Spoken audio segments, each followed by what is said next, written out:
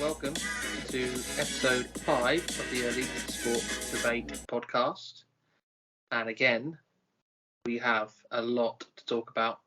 A lot. Awful lot. How's it going, mate? You enjoyed it? You enjoyed today's amazing day of sport?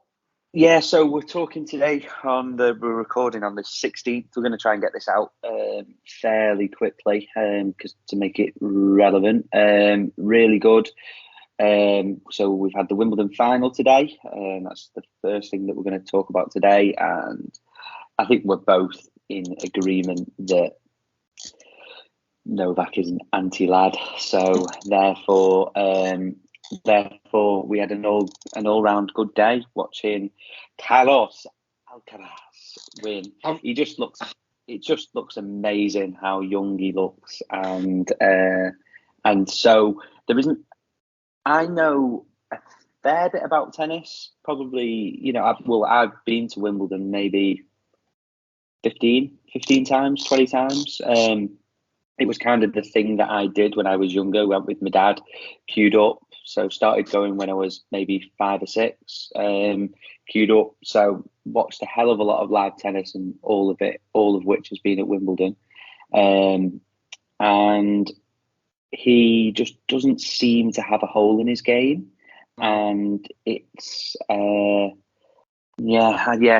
I'm super excited. If you're being super picky, maybe his serve isn't incredible, but it's not like a Medvedev serve or like a 6'6" kind of person serve. But then Nadal's serve isn't incredible. Name the greatest people of all time. So Federer had a good serve, but yeah. He did. He had it wasn't superb. Andy Murray didn't have a superb serve. You probably would argue Sampras had a really, really, really good serve. Yeah, the taller tend to have a bit better serves. Really. Yeah, they've just got amazing levers. Yeah, you look at your Isners and people like that. But yeah.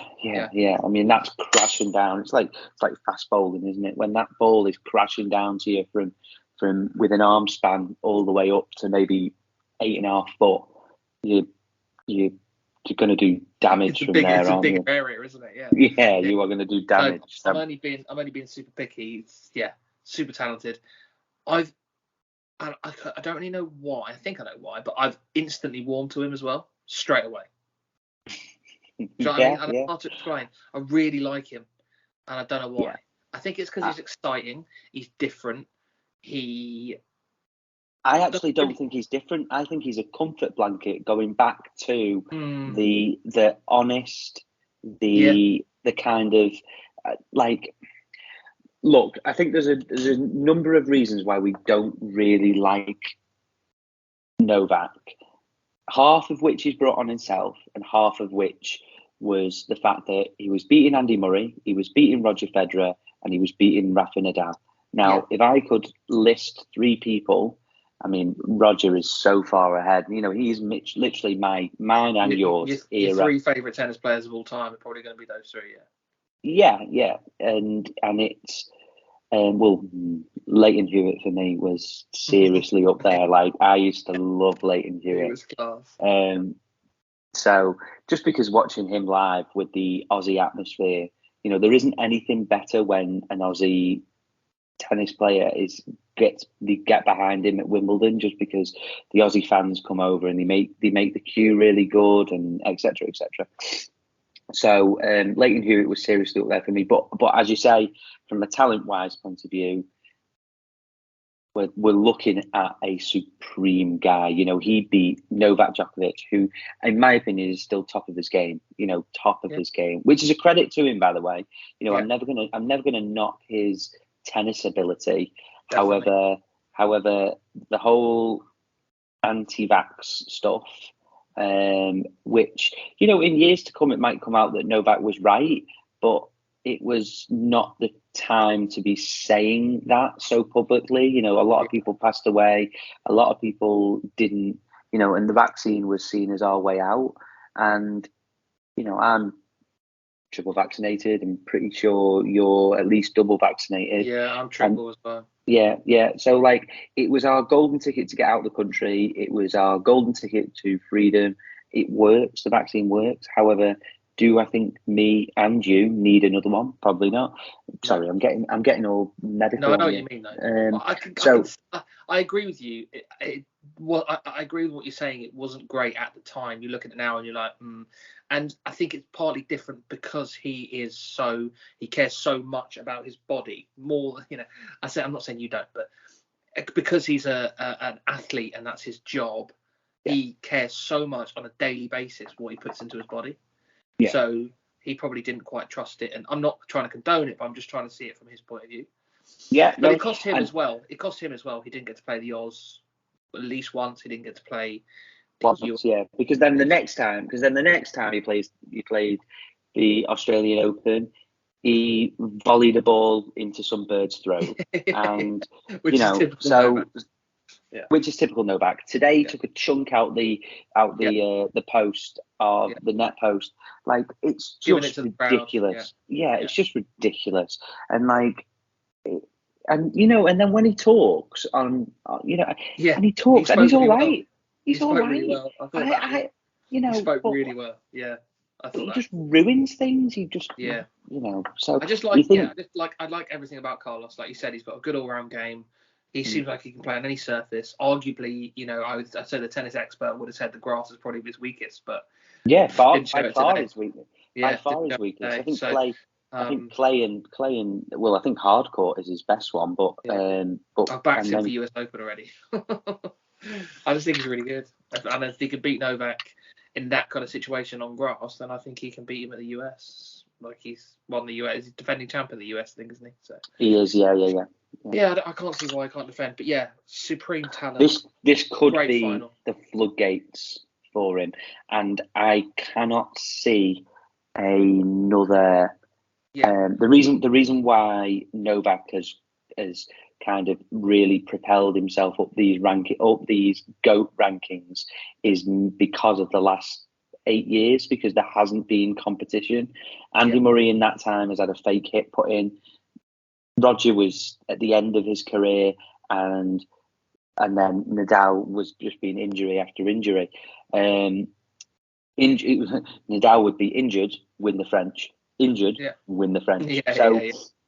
So, and then basically US Opens, Wimbledons, and Australian Opens, Novak's just won. And it's been, I'm not going to say it's boring, but he hasn't had the competition.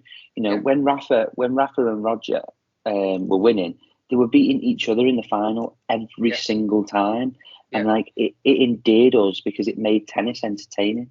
No one likes Verstappen because there's no competition for him. Yeah. I agree. I think we're going to get quite a few more Djokovic-Alcaraz finals. I think Djokovic was on his own for a while, and now I think the two of them are on their own. I think second has pulled clear of third. So I think we're going to get more finals, hence French, hence this. I think we're probably going to get another. I'd put money on Alcaraz, Djokovic in the US as well, to be honest. I know it's not always quite that straightforward, but I'd be surprised if it isn't that as the final. So I think we're going to get a lot of good finals there between those two. And then when Djokovic finally calls it a day, then you're right. You might have a few years of just Alcaraz against Alcaraz, really. Yeah. I'm not being disrespectful to others. There's some talent there. But I'd say maybe Medvedev is next, possibly. But Alcaraz brushed him aside. When they talk about, a really good example of this is like in fight sports, when they talk about like you need a dance partner, and like Roger had Rafa, and Murray had Roger, Rafa, and Murray Novak. was Novak mostly. Yeah, mostly Novak. With Novak, yeah. So like they had, so that was their dance partners. So and I feel that the lack of dance partner may harm Alcaraz, but he's 20 years of age. He's got another 15 years at the top, so the damage he could do at the top in 15 years, could he win one a year for the next 15 years? Easily. Well, that'll make him, he'll have 17 majors by that point. I think he'll win at least one a year for 15 years, personally. Yeah. We're taking things for granted, Yeah, injuries. We're assuming injuries. We're assuming this cramp thing's not a big deal. we're assuming he doesn't do a Oh, b-ball. I think he was really. I just think it was nerves. I was a bit worried when Djokovic got back into the game. He won a few games quite easily, and the commentators talk about the cramp thing, and I was like, ooh, I was really worried. So the fact that he switched it back and got that break was just massive. Yeah. All things, assuming everything goes well, he should win loads. Sky's the limit, really. Yeah. Just quickly, I didn't watch the final, but I'm going to give this a really good go. Congratulations to Marketa Vondrousova. So I did watch the final, and the reason why I watched the final was because it lasted for just over an hour. Yeah, I heard that. You know what? It was actually painful, and the reason why it was painful was because that Jabeur was so gutted, and she lost last year, didn't she? She lost in the final because she lost last year, and there's so much of a story with it being like she plays quite a big part in the Breakpoint series. Have you seen it? She does. She's got a couple of episodes on her in it as well. So because the whole Tunisia thing. So, but yeah, went on to that. I think it was an upset. I've never actually heard of her, so I think it's her first major. Oh no! She was unseeded. Yeah. Wow. She was unseeded. So the women's game is a joke. Wide open. Yeah. It's just wide open. Yeah. Serena was killing it, and the number one seed, I'll murder her name, so I won't even try.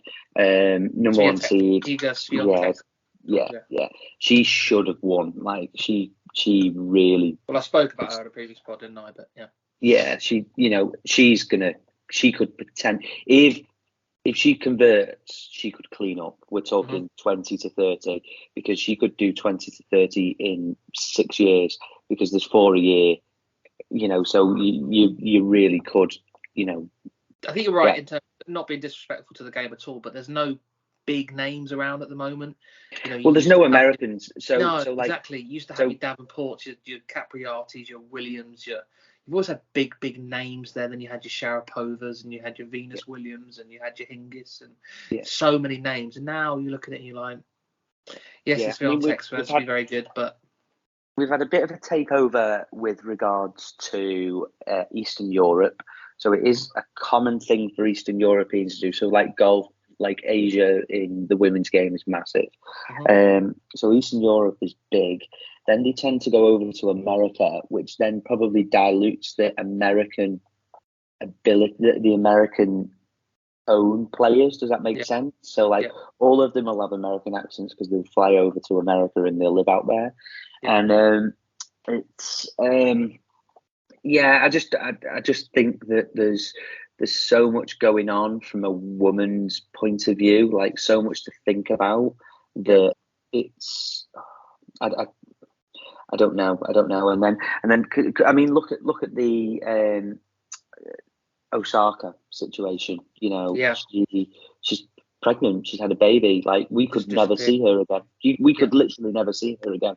She was world number one. She'd won 2 majors by the age of 21. She was absolutely flying. It was like literally this girl could take over. Mental breakdown. There's a lot with the press, wasn't it? And she refused to do press conferences and all that kind of stuff. Yeah, and like what's going on? Like, is there something going on in women's tennis that these people can't kick on? That there's people who do something for a year and fall off the cliff. Do something for a year, fall off the cliff. Like, what is going on? So, good. I think that's good, mate. Let's move on. Really quickly, golf. It was brilliant, hence why part of today was such a good sports day. But we are going to cover today's golf because it needs a bit of airtime because it was really, really special, I thought, / an open preview on our next pod. So we're just going to leave that because we've got so many other things to cover and we don't want to do an 1.5-hour pod where no one listens. So we're going to gloss over that and we'll cover it in loads of detail.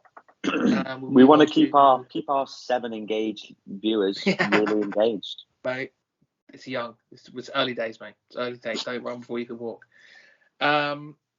Ashes. I miss it. I loved it.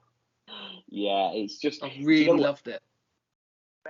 Because, like, from a football point of view, it's 90 minutes, yeah? You have a little bit of build up, and it's on for 90 minutes, and then it's over, and you a little bit of debrief. Yeah. So in total, it's like what, 2.5 hours. Yeah. Ashes is like 10 hours of content.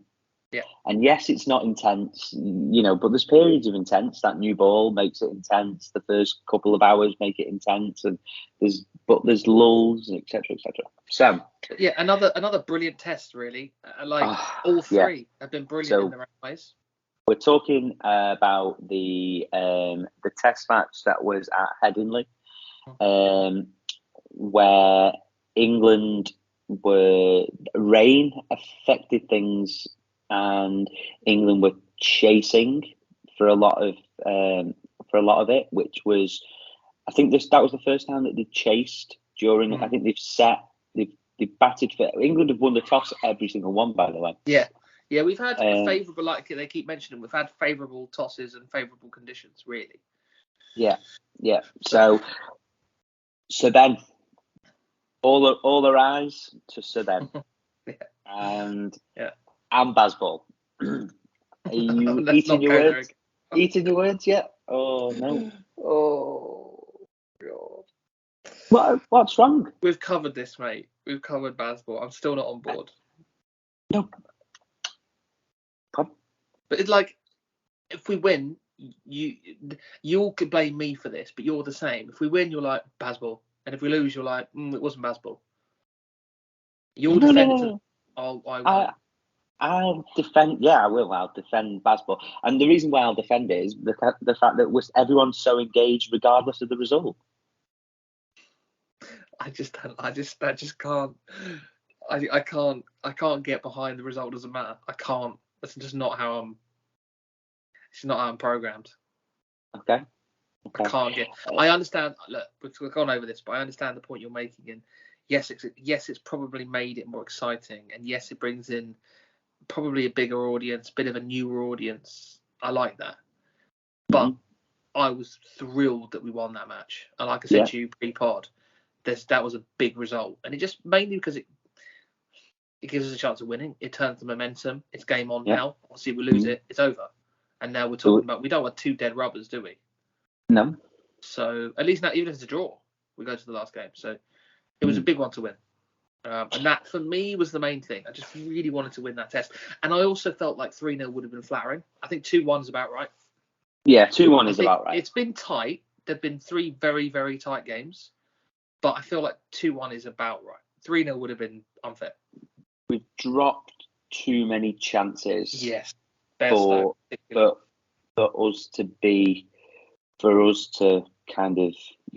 us to be winning. I think drawing would be okay, but for us to be winning, definitely. Root dropped a few, didn't they? Root dropped an absolute. Yeah, he did, but I'm pleased he got his catch after that. You can tell how annoyed he was. Oh, he was fuming. Some of the stuff that Bairstow was doing. Oh, I thought there was a chance he might have got dropped actually for Ben Vokes, but it didn't happen. So. Yeah, and I think it's like one of those with your keeper, isn't it? In football, you might possibly say at the start of the season that you're my keeper. Don't worry, if you've made a mistake, it's fine. Don't worry, you're going to be my keeper. But it keeps happening. You're like, I know, and it's really hard because like you get to repick your team after each one, and I think another poor test. Yeah, I agree. I think he needs a good test. Even with the bat, he's been poor with the bat as well. I mean, he needs a good test. And do you know what the amazing thing is? He was so at Edgbaston he scored a really good innings in his first innings, and that was before he ever put the gloves on. As soon as he put the gloves on, he's not scored anything because I think that he's just thinking too much. And I think he's a really good batter without having the gloves. So yeah. I think we've just got so many options that that's the thing. That's the biggest reason is we've got a ready-made replacement that's very good at wicketkeeper and bat. Ben Vokes is there, he's ready. I think it's just really harsh to drop there. So I don't think that they want to drop him in total, but I think if they take him out, then I think they do have to drop him because. But you got to do what's right for the team at the end of the day, you know. So. Other thing that we need to talk about is Mo and Ali batting at 3. What? Yeah, that shocked. That shocked me. I mean, I understand it because they didn't want. Root doesn't want to bat at 3, and Harry Brook did bat at 3. And he did so well. So well. No, he had a shocker, and then he batted at 5 when Ali came in at 3. Batted at 5, and it was a different guy. That was such an important innings, mate. Such an important. Yeah. He gives his wicket away, and that's going to be dead close. Yeah, that was such an important knock. Yeah, it's done. So yeah, super excited for Old Trafford. Starts on Wednesday. Yep. Weather looks good, so we're going to get a result. Because it usually rains there. We're not going to get shut up, Ian. We're not going to get a draw. Mate's dad's going on Wednesday. Nice. So I'm unfortunately, because we see each other this week. Yeah, we do. Friday. We do. So we're busy this weekend. So I haven't organised to go, or I would have been there 100%. So bring on Old Trafford. We need. By the way, a little bit off topic. Probably should do this without recording on the pod. We need to sort out the car situation because I could sit there and just get trolleyed on Friday watching that cricket. I know. Yeah, we'll be fine. Don't worry. We'll just get a taxi, mate. I agree with you. Beer's more important. So we'll get stuck in, and if we need to get a taxi, that's fine. But yes, let's move on. You know, when we said the other day, it's basically we just have a chat and hit record. I think that was a pretty good example. Yeah, definitely. We'll be picking our nose by week 14. Yeah, if you want to listen, great. Thanks very much. If you don't, we've got so much football to talk about. It's an absolute joke. Considering it's football season. We've got so many little mini things we wanted to talk about in football. Where do you want to start? Shall we start off with Saudi? Yep. Saudi. So Stephen Gerrard. We had a bit of a disagreement here.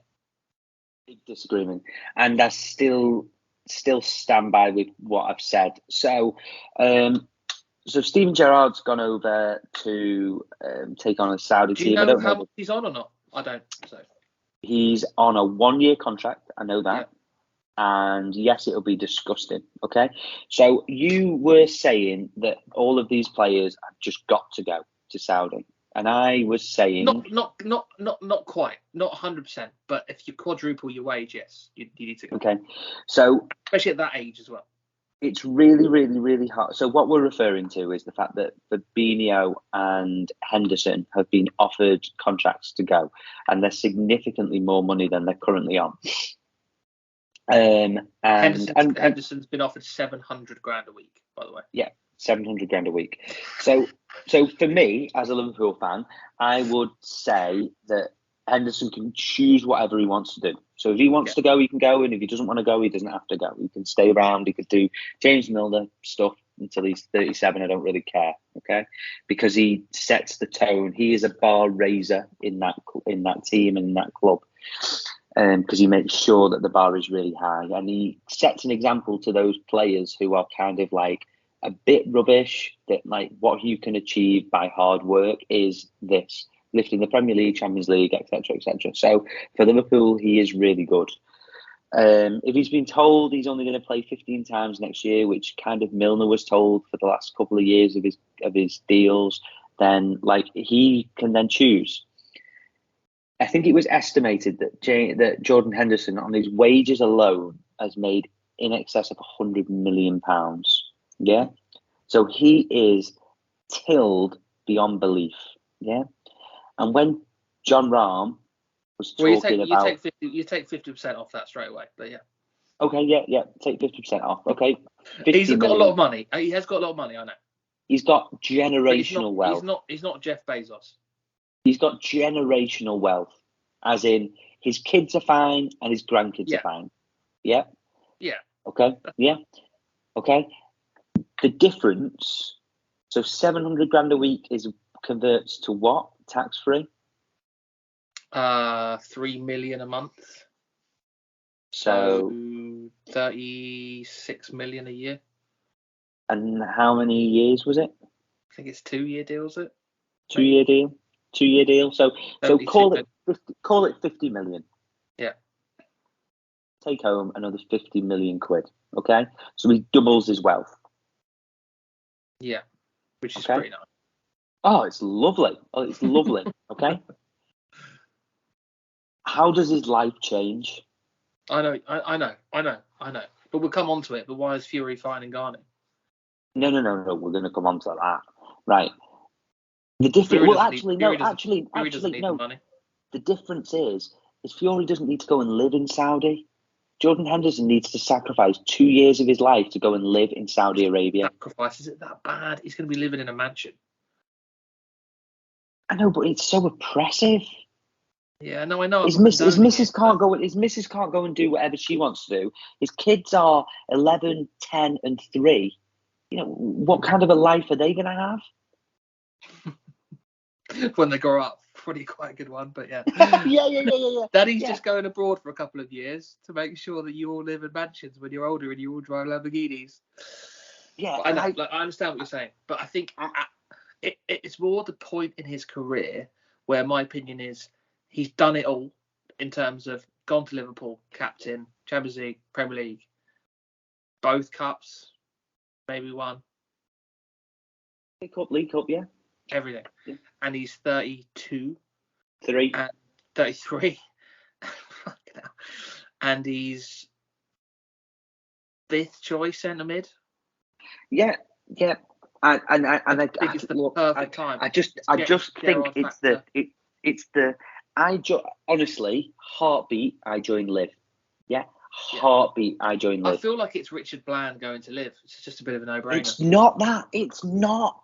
It really, really, really isn't, because Richard Bland, Westwood, they don't need to live there. You say to DJ, join Liv. Oh yeah, by the way, you need to come and live in Saudi. He'd go, no deal. But I think if he doubled his money, he would. No deal. Maybe. It's the living part of it. Maybe. It's the living part. And plus, by the way, have you seen what Benzema's on? It's carnage, isn't it? I think Benzema's on 3. I think he's on. It's something ridiculous. Google it, please. Please Google it. Benzema's contract it's the same as Ronaldo's, and it's they've got so much money, it's crazy. He'll be paid 100 million euros per season, plus a bonus of 20 million euros to work as an ambassador for the 2030 World Cup. I think it's something ridiculous. God. How much is it a week? I didn't realise. 3.3 million a week. Yeah. No one's ever earned more than $1 million, have they? Or they've been close to not earning more than $1 million. I think Mbappe's on $1 million a week, isn't he, or something? Blown it out the water. Yeah. He earns 471 grand a day.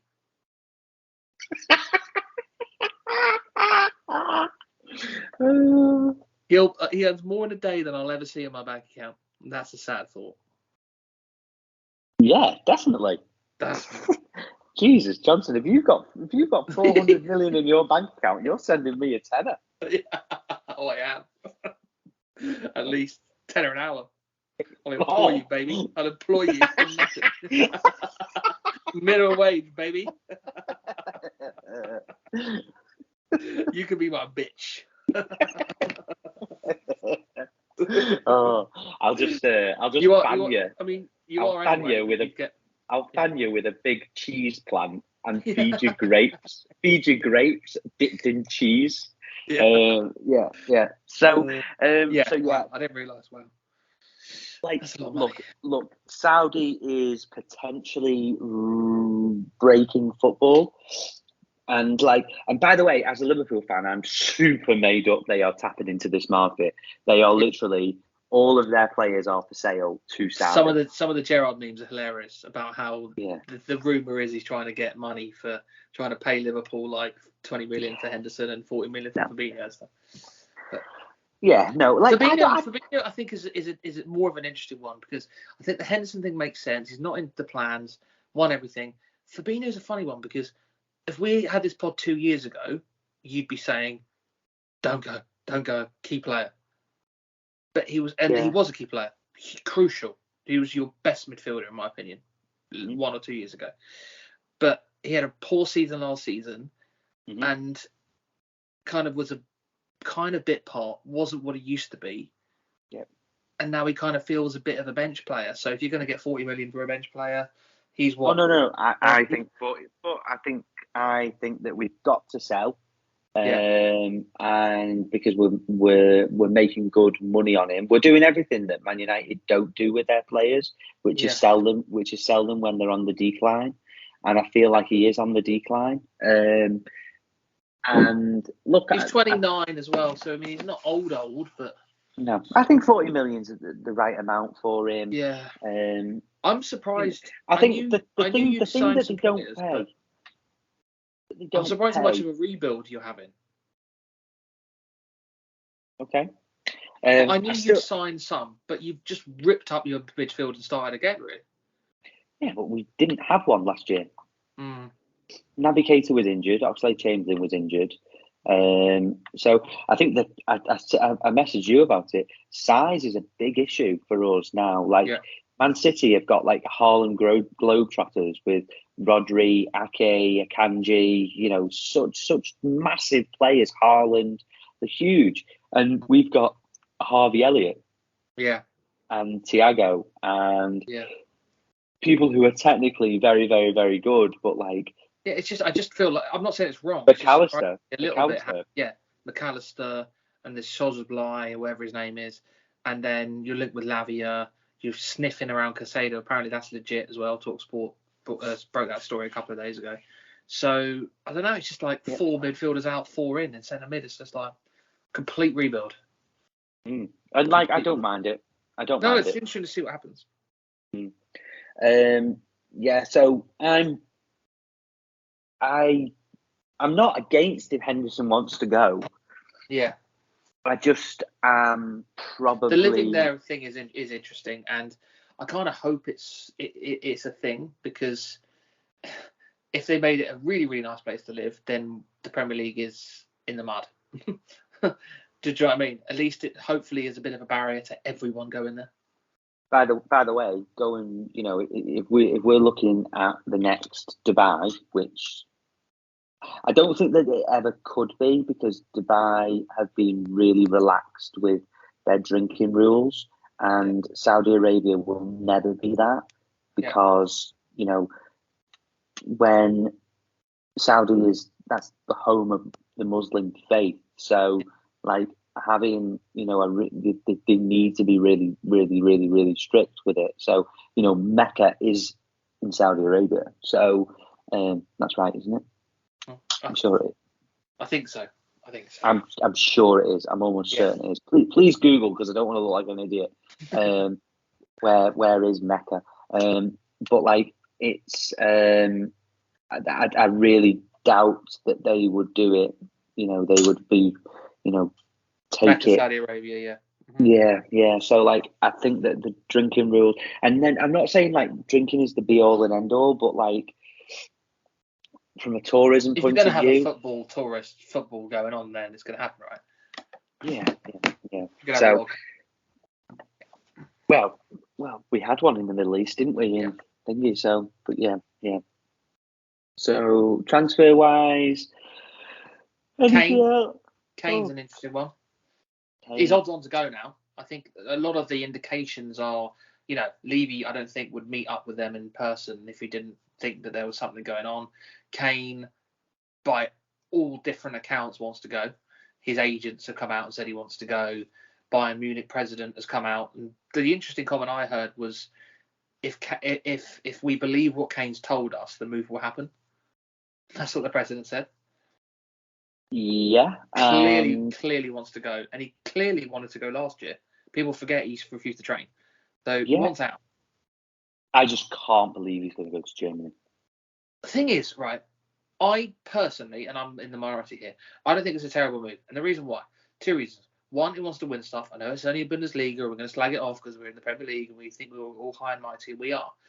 But it's not terrible winning the Bundesliga. The most important point, they could, and they are one of the favourites if they sign Kane for the Champions League. Yep. Definitely. I'm not saying they're better than Man City, but they are in the top 3 favourites to win the Champions League. And if he goes to Bayern and if he wins the Champions League, then my God, it was worth it. Definitely. Completely agree. He might not, though. He might not win it. It's all subjective. I just think that he just feels really British. Like, I'm sure people thought this about like Lineker when Lineker went to Barcelona.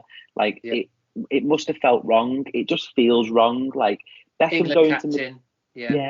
Beckham going to Madrid was like almost kind of like he was the character to excel in Madrid, whereas Kane in Germany just feels, I don't know. Look. Yeah, I know what you mean. But there's not many one clubbers. There's not many. Gerrard, Scholes, Giggs, Shearer. Carragher. Off the top of my head. I would say Lampard. I know he had a year at City, but that's fine. Same as Gerrard went to LA. Yeah, but you know what I mean? There's 5 there off the top of my head. So there's not loads. He does remind me a little bit of Shearer in terms of had offers, hasn't moved, stayed with the club, chasing down the record. I see a lot of Shearer in him as well in terms of good in the air. Sorry. Are you forgetting Shearer was Southampton, then Blackburn, then Newcastle? Yeah, but I know. But he's Newcastle for a long time. Yeah. But and he's turned down a lot of moves to stay there. But I know what you're saying. Yeah. I just personally, I just do not know what the hell Man United are doing. Yeah, not going for. I genuinely think it's Levy, but that is terrible. That is like, honestly, it's so oppressive. Like, I'm being deadly serious now when I say this. I can't stand it. You cannot tell me and dictate to me where I want to go. My value is my value, and my value isn't different to different people. It cannot be that. I dislike him strongly, but he is running the football club as well, and he's trying to look after Tottenham's best interests. But I think he must. I said this the other day when people are, Harry Kane's going to stay. Tottenham and Levy will not sell Kane on a free transfer. Won't happen. No, I agree. Like PSG have said, we are not selling Mbappe for free. He signs a new contract or he goes now. That's it. If they keep Kane and he doesn't sign a new contract, he could go for free, which is wild. Wild. It would be a disgrace if he went for free. Is he 31?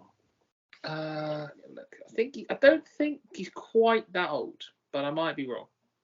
He's 30 would be my guess. Yeah.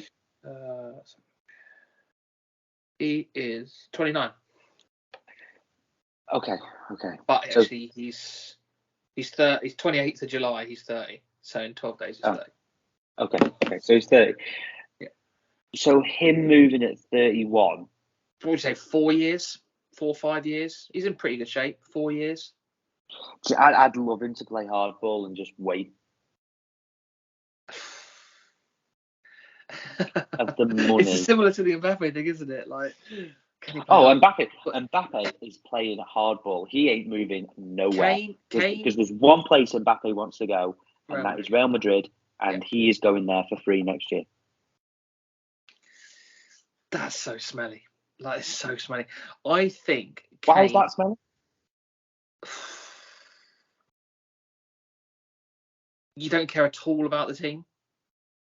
Who? PSG? They pay you £1 million a week. There's no ounce of respect there. Kane respects Tottenham. But Tottenham doesn't respect him because he won't let him go to where he wants to go.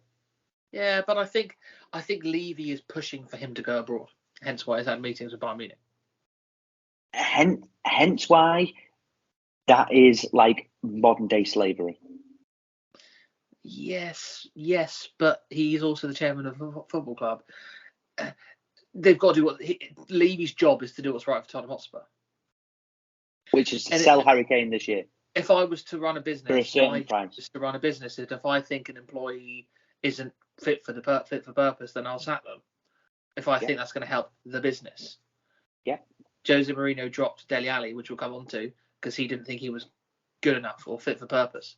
So Mourinho's job when he went there was to look after Tottenham. Levy's job is to look after Tottenham. Does Levy really care about Kane's feelings? Probably not. Terrible. No, I know. But, I agree. Terrible. I don't like Levy at all. But that's what he's like. And he won't want to sell to an English club unless they pay 150 million. It's just, but that's just fucking ludicrous. I agree. Anyway, but he would probably sell abroad for 80 to 100, I reckon. That's what they want. Just so He's only got a year left. That's the problem. A club like Bayern Munich's going to go, are we just going to take our chance and try and get him in January at a pre-contract for free? Yeah. And by the way, Harry Kane then doubles his money. Yeah. No, I agree with you. That's the good thing about running your contract down. When you go for free, you're on huge wage. Alexis Sanchez was a good example of that. So, yeah, it makes sense for a player to run their contract down. There's no question about that. But are Tottenham going to let him go for free? Can't see it. So I think he will get his move, and I think it will be probably Bayern, maybe PSG. If the Mbappe thing happens, which it could, then Real Madrid can't afford him.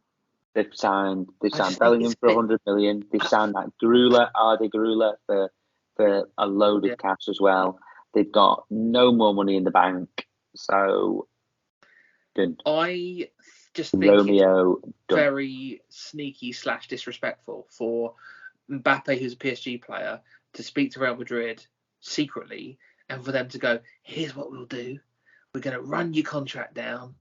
You're not going to sign a new one, and we're going to get you for free. All right, mate? Yeah, don't say anything. I just think it's really distasteful. And I'd be he's a fantastic player, obviously. He's one of the top 3 in the world, probably. But if I knew that he was running his contract down, I'd be tempted to let him rot on the bench next year. And carry on paying him £1 million a week. But it's a contract, you've got to pay him, wouldn't you? But I'd be tempted to go, fine, fuck you, you're not paying. Why don't you just sell him now for free? But because he won't go. No, because you can. Yeah, so, but I'd want to make a point. So 52. Just sign him for 52 million. We're your employer. So I have control really over what you're doing. So if you want to be like that, then I just let you rot on the bench for a year. Just the control element is just horrendous. Yeah, but he's employed, mate. They pay him. He's got a job, right? Yeah. He's got a job. He has an employer. Called Paris Saint-Germain. They pay his wages, and they pay quite good ones.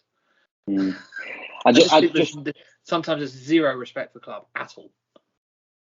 Not often, but there's a right way and a wrong way to go about it. And yeah, I don't know, but that's just my opinion. But we'll see. The Kane one's a very, very interesting one. But I think he will probably go.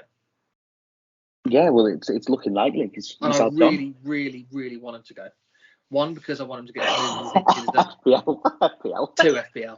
Makes FPL a bit easier. Yeah. It eliminates one of my drafts, put it that way. Yeah. But we won't go there. Okay. Because there's a separate pod for that. There is. FPL Weekly. That's it, mate. There is a separate pod for that. Where are we? So, a couple more football stories. Don't need to say much about it. Well done. Yeah. Really quickly, well done England under 21s. I was surprised how little coverage it got. I think it was partly because of the TV rights. But it was on channel, was it 4 or 5, the final? It was on channel 4 or 5, the final, for sure. But it was I heard some rumours about the TV rights, and because Sky Sports didn't have it, we didn't hear about it. And it just kind of snuck under the radar a little bit. And like I said, that was a bit disappointing because I remember the days when I was younger and it was quite big back then. And I just felt like, it didn't get the media attention that it probably deserved. And we won it, which was great. But no one seemed to care, which was a bit weird. But the guy that saved the penalty, the double saving the penalty, was brilliant, Trafford. and he looks like he's going to Burnley. They're like 20 million. So, but yeah, well done to England. So women have won, under 21s have won. So now we just need the men to win. So they've been close. But fingers crossed next time. But there's clearly some people that slate England all the time. We've got a lot of talent. We've got a lot of talent in the under 21s. We've got a lot of talent in our main squad. A lot of talent. And we will be, and we should be, one of the favourites for the Euros, and rightly so. Yep. Germany. I just don't get why there's still this stigma of, oh, we're shit. We're not shit. Mm-hmm. We're not shit. We're in the top. We'll be in the top 3 in the running for the Euros, for sure. Mm-hmm. We'll be bang there. So, and again, look at the way we're trending. Croatia, the World Cup, Euros final. Yes, I know it was only quarters of the World Cup, but we win that game. We win the semi a final against Argentina. Who knows? If Kane scores that penalty, everything could have been different. So, Southgate, thoughts? I mostly like him, because I'm a results man, and yes, we haven't won anything, but we've come a lot closer than we have done in my lifetime. Yeah. So I'm with you. I think I'm really mostly like a results man. You can't knock him getting to World Cup semi-final, Euros final, World Cup quarterfinal. The opponents aren't his fault. I think it's just exactly. I think it's just that. I think there's a little bit of a way to go with regards to getting over the line. Yeah. I think his man management is very good. I think the players want to play for him. He's kind of England through and through. Good work ethic. I don't see a problem with England wanting to play for him. There's definitely no kind of down toolsing there. It's a little bit. I'm mostly positive with him. It's slightly tactics sometimes are a bit questionable, and I'm going to be a bit biased, but the selection, the dunk thing, niggles me. Yeah. Not just the dunk, but still a little bit biased towards players that have done well for him, like Maguire, and I semi get it. He could be on his way, by the way. Yeah, he looks like he is on his way, but yeah. Dele Alli. Yeah, yes, good. You told me to listen to it, and I did, and it was really, really eye-opening. Because obviously, before you'd listened to it, I didn't. And so I honestly, I'm being deadly serious now. I don't know how it happened, but Thursday, I only start work at like 3:00 on a Thursday. That Thursday, I was in work early that day. So, but I got up and I was kind of potting around. I was in work at 10. So 9:00, I was potting around. 9:00, it came out. Okay. I must have refreshed my Instagram feed perfectly. It came up with there was one view on it when I went on it. So I watched it like I felt like I was like the first person to watch it. It felt like really. And anyway, watched it straight the way through. It was. I am a really I'm pro Dele Alli. Always have been. Where this is an interesting discussion is we've had this ongoing for 6-7 years.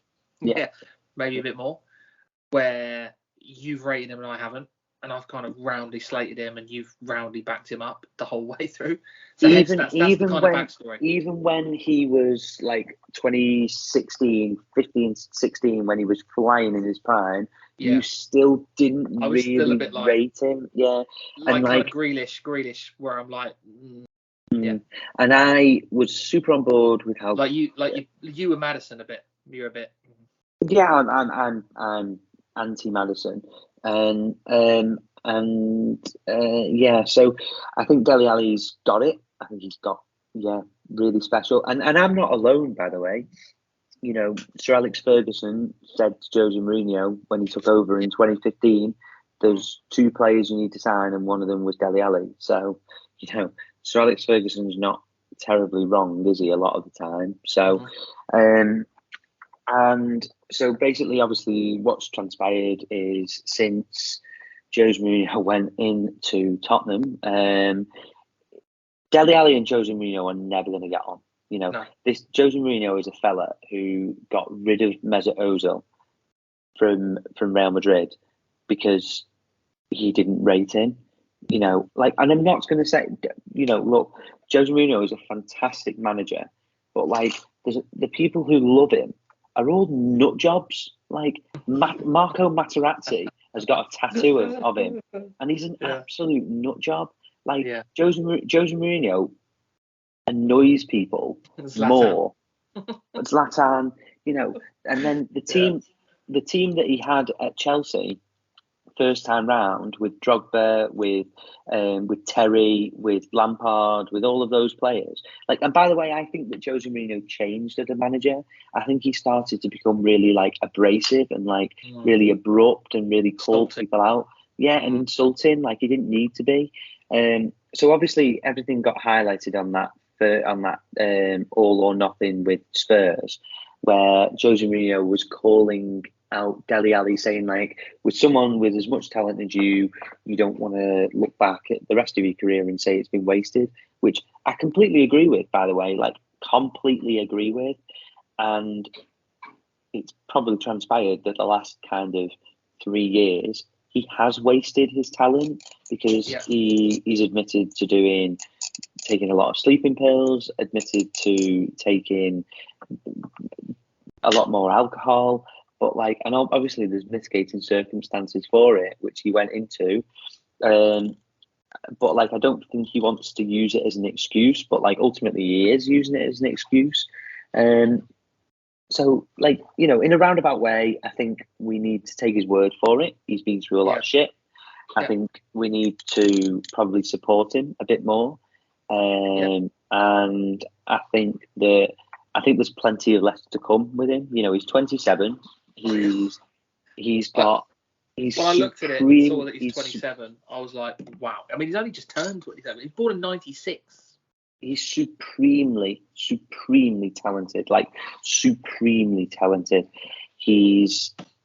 I just think that Everton's the wrong place for him to be. Yeah.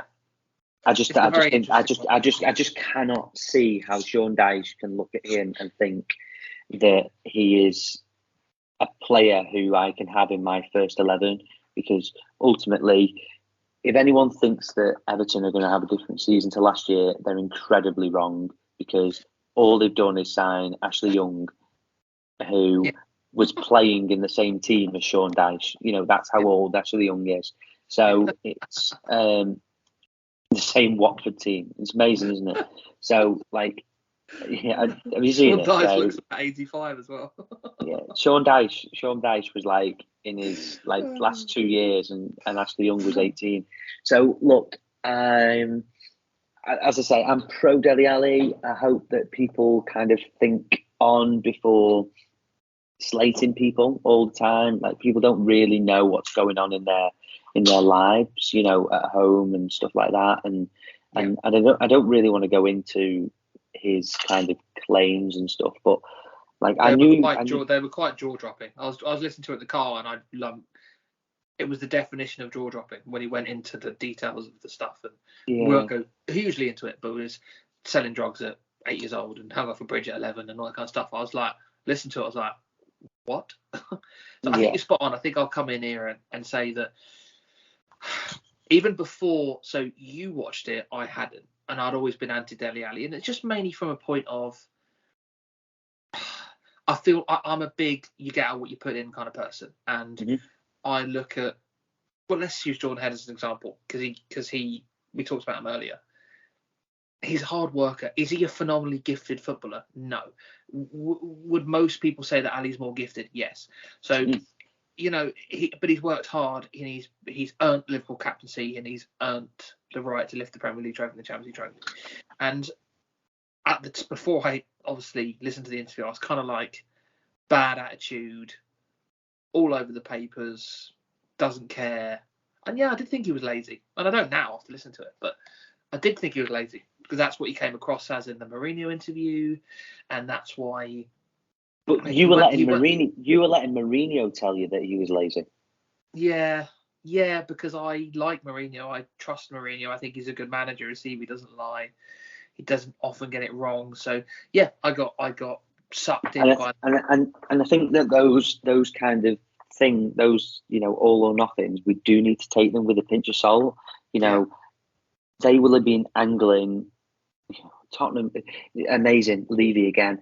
Levy probably would have been angling to get rid of people like Danny Rose and Dele Alli because they were on massive wages and he didn't want them in. So they're not gonna. They're going to be happy to leave those bits in the documentary, and they're not going to leave. They're not going to leave the bits in where Mourinho's apologising to Dele Alli, and that's where Dele Alli was going on about it. Yeah. I have nothing but respect for him, by the way, for how it. I respect him for coming out and doing it. I think he's better. You're always better to hear from the person rather than to hear from papers and what you read and hear on the street. Like, I kind of feel like it was clever for him as well, though. Not clever is the wrong word, but it was a good choice for him to do it, to have his say. Yeah. And he obviously uncovered a lot of stuff that we didn't know. I have nothing but respect for him. I quite like the guy. I thought he came across really well. And I think it's hard after that not to root for him as well, if you know what I mean. I'm interested now. I want to see if he's in the squad. I want to see if he's playing. I want to see what he does with the rest of his career. I want to see where he moves. I want to see if he can fulfill his potential. And do you think he gets back into England? No, I don't. I really don't. But I'd love to be wrong. Whereas before Thursday, you would have not liked to be wrong. I would have laughed at you before Thursday. No. I don't think you'd have said England for Dele Alli. I would have laughed at you, and I'd still be laughing now. Whereas the difference is I'm not laughing now because it's a tiny possibility, but I think he's just got too much. He's got too much improving to do. He's got, he's the talent, but I think he's got too much to do. I wouldn't mind having that bet. But that's interesting. And do you know what? And do you know why as well? Because if he does start performing, because people are going to endear to him, that social media train will. Like the Madison train. Yeah. Madison. Southgate did not want to pick James Maddison. No, he didn't play him. Because he didn't play him. Whereas I think that may happen. Possibly, yeah. And I think a lot of it depends on where he goes. His next move needs to be right. Chelsea. It could be his last move. Chelsea. It's not. Mate, he'd have to improve tenfold to play at Chelsea. Honestly, tenfold getting at Chelsea. Poch. Wow. I mean, look, like I say, I'm rooting for him. I was anti him. I'm not anti him anymore. I was having a look at the details of his contract at Everton. So Everton have yet to pay any money to Tottenham for him. As you play kind of deal, isn't it? So they pay 20 million Everton once he's played. I think it was 50 games. Yeah. And he's got another 23 left to play. Okay. Yeah. So I'll do a Knowles guarantee that he will not play more than 20 games. Yeah, of course. Because I think he's said already that he's already spoken to Dyche, and Dyche has been very good with him. So Dyche has maybe been honest with him and said, look, here's the deal, here's the contract. We're not playing you 50, so we might play you 20, but we can't afford to play you 50. So it's such an interesting one to keep an eye on, even this year. Be very interesting to see. But yeah, no, great respect to him. Good for him as well in terms of raising awareness, not only about mental health, but about the sleeping tablets thing. Because clearly, it's a massive problem that a lot of people don't talk about. So I'm involved. I'm involved, as people know. I work in youth football, so obviously, it's definitely kind of can confirm it's not a problem in youth football. However, I dip my toe into adult sport, not necessarily football, but adult sport, rugby in particular. I know full well that there is a massive problem in rugby. Okay, they have night games, rugby league. They have night games on a Thursday, Friday, and those lads are adrenaline through the roof. They can't get to sleep, etc., etc., etc. Popping pills, and then because they can sleep, then they do it on a normal night, and then that it just snowballs. Yeah. So it's I know it's a massive problem, and Dele Alli was talking about him doing it on at 11 o'clock in He didn't want to say how many times, did he? It's like, yeah. I don't know how many times I was doing this. Yeah. Yeah, I don't want to talk about amounts, but like ultimately it was loads. Yeah. Fair enough. Yeah. Good. Are we good on football? Fight. Are we on to fight sports? I think we are. Yep. Which is mostly, I'll chip in, but it's mostly your baby. Yeah, my baby. So yeah, I want to talk about UFC first. Let's talk about UFC. So it was International Fight Week in Vegas, UFC 290. It was a barnstormer. I told you it would be. I stayed up watching it. Volkanovski is just GOAT. He's just I saw the Volkanovski fight because I got up ridiculously early for work and I stuck it on. He's just an absolute GOAT. I started work at 6 and it was around 2, I think, when I started work. Yeah, so yeah. Shows you how I messaged you, didn't I, saying I was up watching it. He just absolute GOAT territory. They say he's probably best pound for pound, probably. Yeah, he is. I mean, the pound for pound list is really hard because it's like John Jones or whatever, and he's heavyweight, and it's hard to say, isn't it? So. Yeah, but I think pound for pound is obviously like if you put everyone at the same weight, so you just look at skill, then who wins, and you can't argue that Volkanovski couldn't win because he nearly destroyed Makhachev, who is like, yes, he's one division higher, but like Volkanovski. Is there any clamour for that rematch? Yeah, loads of clamour. Mainly because there isn't a massive opponent there's no massive opponent for Volkanovski at featherweight, and there's no major opponent because lightweight's really interesting because lightweight is full of like ticket sellers, but like Dustin Poirier, he just gets destroyed by Makhachev. Charlie Olives gets destroyed by Makhachev. Chandler, Gaethje, they sell loads of tickets, but they just get destroyed by Makhachev. So really, the person who could potentially beat him is Volkanovski because he did take him close. Yeah. But like ultimately, it's fine as well if it doesn't happen because we have seen it, and Makhachev did win. But it was close, but Makhachev did win. So that's great. I want to quickly talk to you about Adesanya because I know you really like him. I like him too. That's going to be tasty. Is that confirmed yet? Yeah, it is. One thing that I definitely want to talk about. So obviously, I said to you, didn't I, before the fight, du Plessis, Whittaker, going to be a great fight, and then you pulled the odds up. Whittaker was 1-4 on, and I was like, I probably fancied du Plessis, and I was right too. And it was just the aftermath was. It was incredible, but also distasteful. I do not. There's certain words that I think are acceptable, and there's just that word. I endeavour to go on people and watch it and make up their own opinion, but I just didn't think it was necessary, and it starts to become a race kind of fight, and there's so much bad blood there from a race point of view. I completely agree with you, but what I would say is it sells tickets. Build a huge. It sells tickets.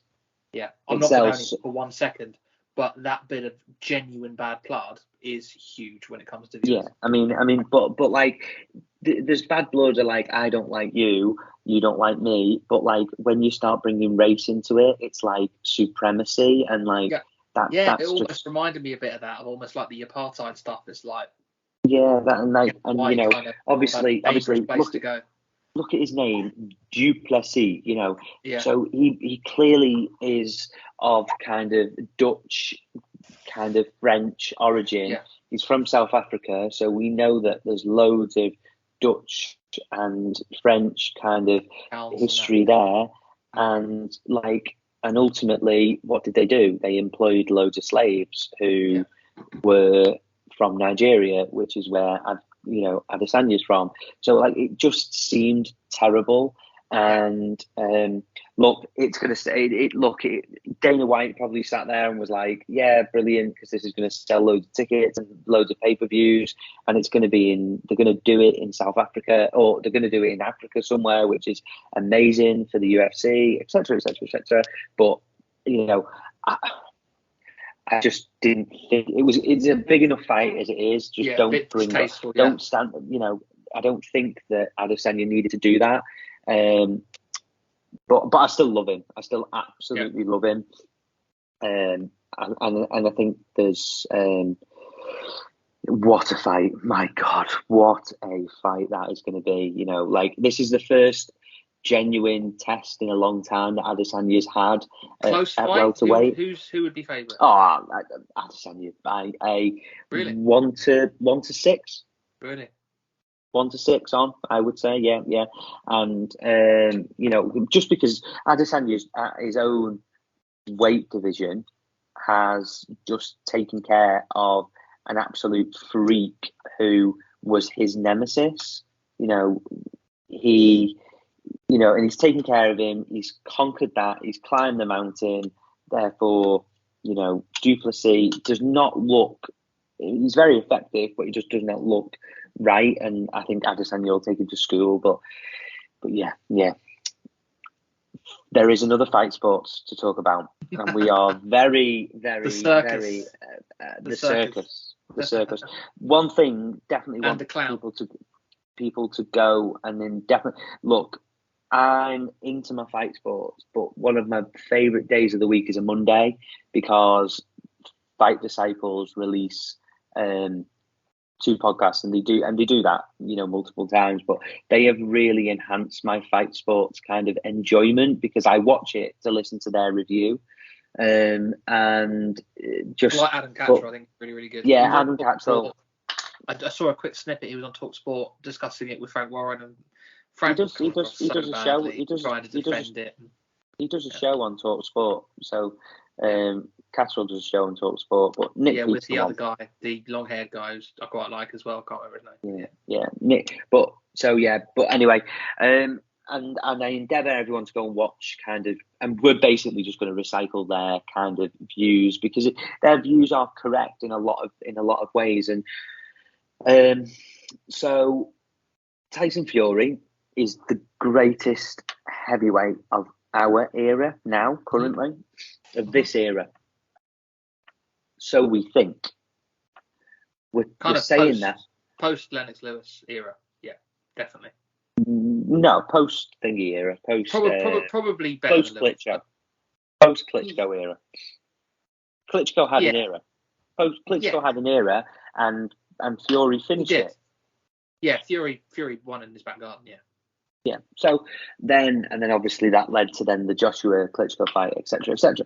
So I am, however, Tyson Fury is currently killing his reputation, destroying it, single-handedly destroying it, and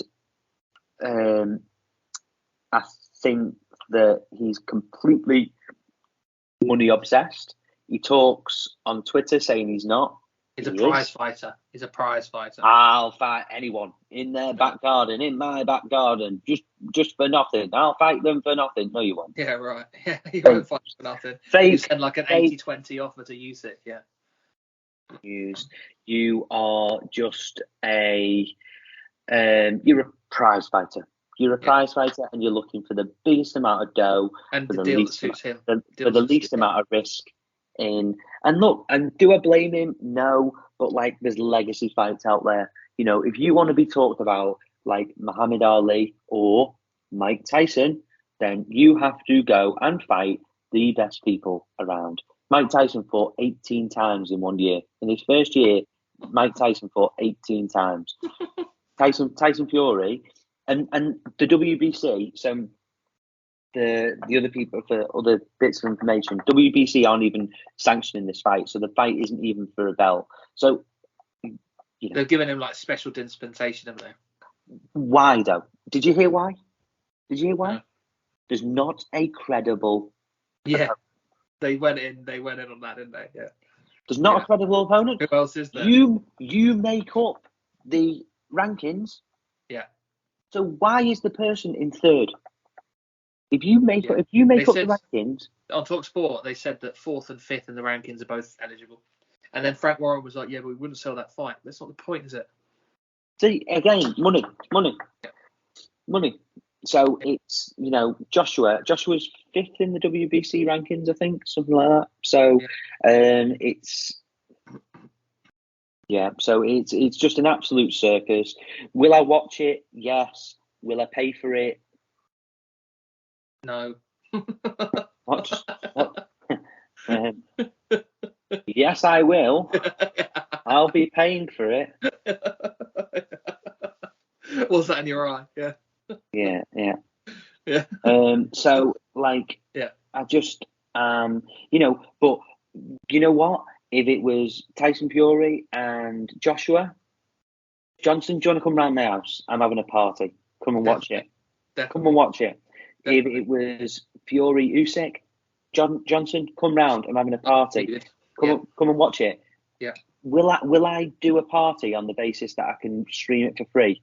No. Will I pay 25 quid for it? Yes. So it's like, it's just an absolute farce. Fact is, it's his first fight. It's his first boxing match in Ghana, which is madness. Yeah. I mean, it's a loose. It's not, it's not like you getting in the ring. The guy does know how to box. The guy does. Did you not see my boxing skills in Prague, mate? Yeah, I destroyed you. So ultimately, I am. Will I watch it? Of course I will, but it's a circus. And just imagine the 1 to 1,000 chance that Ngannou lands a punch. How funny would that be? Oh, it'd be hilarious. But do you know what? We're starting to get into the realms of, these whole like YouTuber fighter things. Where do you think that people are going to take a fall? And I'm not saying Tyson Fury is going to take a fall here, but imagine how big that second fight is if Ngannou wins. Yeah, true. Yeah, it's true. So if Ngannou wins, that rematch goes through the roof. Massive. That's true. Yeah. So I believe he's got a rematch clause as well, Fury. Yeah, he's got a rematch. I mean, he's got a rematch clause with someone who's first fight. But don't worry. Tyson Fury is. I don't do rematch clauses. I don't. Yeah. I'm a fighting man. I'll fight anyone. Yeah, but don't worry. If you do beat me, I'm guaranteed to fight you again because. Yeah. But there's no belt on it. But don't. And by the way, mark my words. WBC will put some phony belt on this to make sure that they get their 3%, baby, 3%. Yeah. It's just makes me so mad. So mad. Yeah, yeah. I mean, we're both probably rooting for Ngannou, aren't we? I think just quickly, his story: he turned down a 3-fight contract, $8 million per fight, to pursue the boxing route, and fair play to him, it's paid off.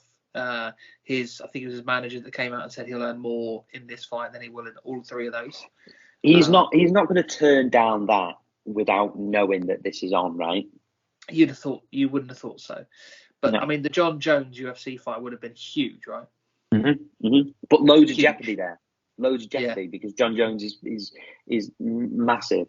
And I think basically Dana White said that he's burned all of his bridges with the UFC, so he's never going to come back. He basically said, no, I don't want the cash. I'm not doing it. I want out. Fair play to him. He stuck to his guns, want to go down the boxing route. So fair play to him. Good luck to him. Yeah, and I think obviously Dana White's quite clever because ultimately he let Conor McGregor go out and do a boxing match with Floyd. With Floyd on the he lets his superstars, his superstars go, but like Ngannou's not a superstar. If I ask my missus who's Francis Ngannou, she wouldn't know. Yeah. But my God, she knows who Conor McGregor is. Uh-huh. So I'll be very, very, very. I think that this boxing match will do well. but like his next boxing match and Ngannou's next fight won't do anything. I hope he shows something that people would think, oh, I'll watch his next fight. I hope he just doesn't stand there like a punching bag. And do you know what I mean? I think it'll just be a punching bag and he'll be gone in 6 rounds. And the only reason why it'll go 6 rounds is because Tyson won't step on the gas. Rounds, yeah. I think because he's got to make sure that the Saudis aren't going to. The Saudis could basically shit themselves. They could be like, this has made no money. We've paid 100 million up front. We've and I think the way that the Saudis work is they basically pay a site fee. So you get 100 million for turning up, and then we take all the pay-per-view, we take all the gate, but you're guaranteed to make that money, and we do the rest. And obviously they're happy to make a loss as well. But so I presume he's on like a 70-30 split maybe. So Tyson will get 70 million, he'll get 30 million. I mean, it's not bad for Tyson, really. He's getting 70 million for turning up and fighting an absolute dosser. Yeah. But it's a dosser who has 1 punch power, and it'll look freaky. I'd love to see him land. I would love to see him land. But it's not going to happen, but I'd love to see him land. No. It's exactly the same as Conor McGregor and Floyd Mayweather. Exactly the same. Everyone was saying, "Oh my God, wait till Conor lands." Yeah. He won't land. I did unanimous points, and it was like, I had Mayweather to win easily, and it was just the easiest money I've ever made. Yeah, it's just everyone was like, "Oh, he's got a fighter's chance." It's like different sport, mate. Yeah. Like I could go. They couldn't have done like MMA gloves or something. Then it does become a circus. Yeah, well, it is anyway. But yeah, I don't expect Tyson to hop into a cage. But if you want to do a hybrid fight, make it a hybrid fight. It's not a hybrid fight. But that's the thing. They turn it into a cage. Francis wins hands down. They turn it into an MMA fight. Yeah, of course he does. Yeah. Because he just puts him. Francis Ngannou puts him on the floor and then just pounds him to death on the floor. But it's in a boxing ring, and Tyson wins hand down. End of story. Yeah. So good. Sweet. I think we've covered all the bases, mate. And yes, definitely. Apart from golf, which is going to be in a special coming soon. The Open / slight comments about the Scottish Open special. It's the Open special. The Open. The British and Scottish Open special. Yeah, we're not. Also, if you call it the British Open again, we're not doing it because it's the Open, and anything other than the Open will be unacceptable. Okay. Sorry. And on that bombshell. Yeah, no, we're going to talk about obviously the course and who the favourites are, and give a little tip each who we think is going to do really well. You've played the course, haven't you? So you can give us a little bit of a rough insight as to what to look for. You've got to stay tuned. You've got to stay tuned for that because it's coming soon. Yep. Perfect. Perfect. Like, subscribe, do all the bits, share it to your cat and your family and your anyone who'll dare to listen. I mean, just put it on repeat. That would be cool as well. Yeah. It'll stop our partners laughing at us for talking to no one. But anyway, right. Thanks very much to our loyal listeners. There's a few out there, and hopefully that will grow. But thanks a lot as always for listening, and we'll catch you again soon. Bye. Bye.